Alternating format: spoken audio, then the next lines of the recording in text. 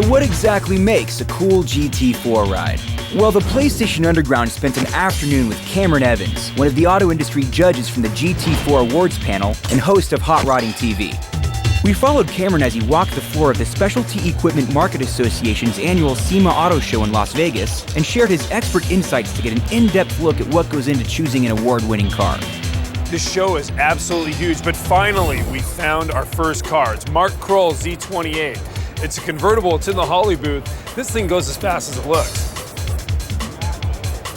Now, 20-inch wheels on one of these cars is not that easy to do. This car's got to be tough. There's no way you can get that much wheel inside one of these cars. When you look, big guys, you wouldn't think that your legs are going to get in the way. With this thing, it's got a flat steering wheel, so that way when you turn the wheel to the left, hey, it will clear your legs. You know, an interesting angle to GT4 that no one's ever thought about is all the pre-runner cars from Southern California. Couldn't they work well on a rally course? I think they could. Check out this Ranger. This thing would, yeah, it rides a little high, but this could be pretty fun to drive. You know this truck's tall when a guy that's 6'5" has to get on his toes to be able to look under the hood. This thing's got some ride height. Sex on wheels is a pretty good term for it. You know, it's over 700 horsepower, 2,000 pounds, ground effects. To drive this car, it just takes your breath away. Yeah, oh, it's like an old shoe. This works. Sports car fans will remember there was a little bubble over the hood on one of these cars for the tallest driver ever. A lot of people don't think of Saturn in performance, but when you look at a car like this, you see that the aftermarket is actually taking to these cars very well. It's got some of the little performance items that kids can actually do. This car is very realistic when it comes time to repeat this. It's also got a turbo kit, which you don't see too often on Saturns.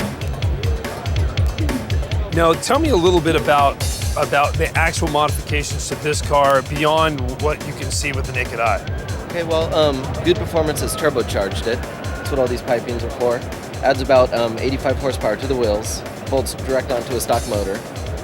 There's also upgrades, camshafts for it, which add about 15 horsepower to the wheels.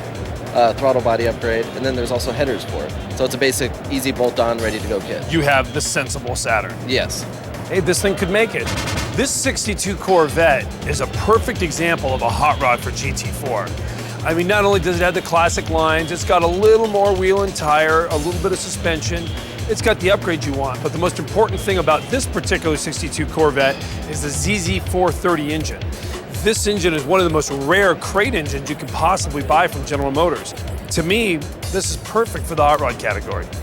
Now, when you look at a title like Gran Turismo 4 and all the tuner cars that come from Japan, you haven't seen that many tuner cars that come from America. Roush is now in this game. They're building a 2004 Ford Focus directly from Roush Performance that you can order up just like this. This is a real GT4 car. One of the reasons people come to the SEMA show is to see the hottest cars built for the year. Now, this particular car belongs to Ted and Sue Richardson. It's a 62 Buick that's got all sorts of modifications to the point you can't even list them. This is a very valuable, expensive car, but it actually works very well. It makes a lot of power, makes a lot of grip, it handles very well. It's got giant bare brakes on it. They call it Buick-it. You can see from under the hood. I mean, it's got a real Buick engine. These are some of the unique things that I'm looking for as I judge these cars, and they could very easily be made right into a car in Gran Turismo.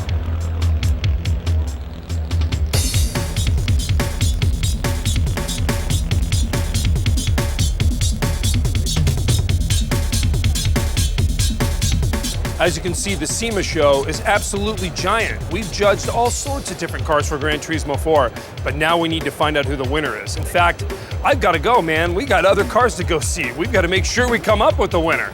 This could be one of them.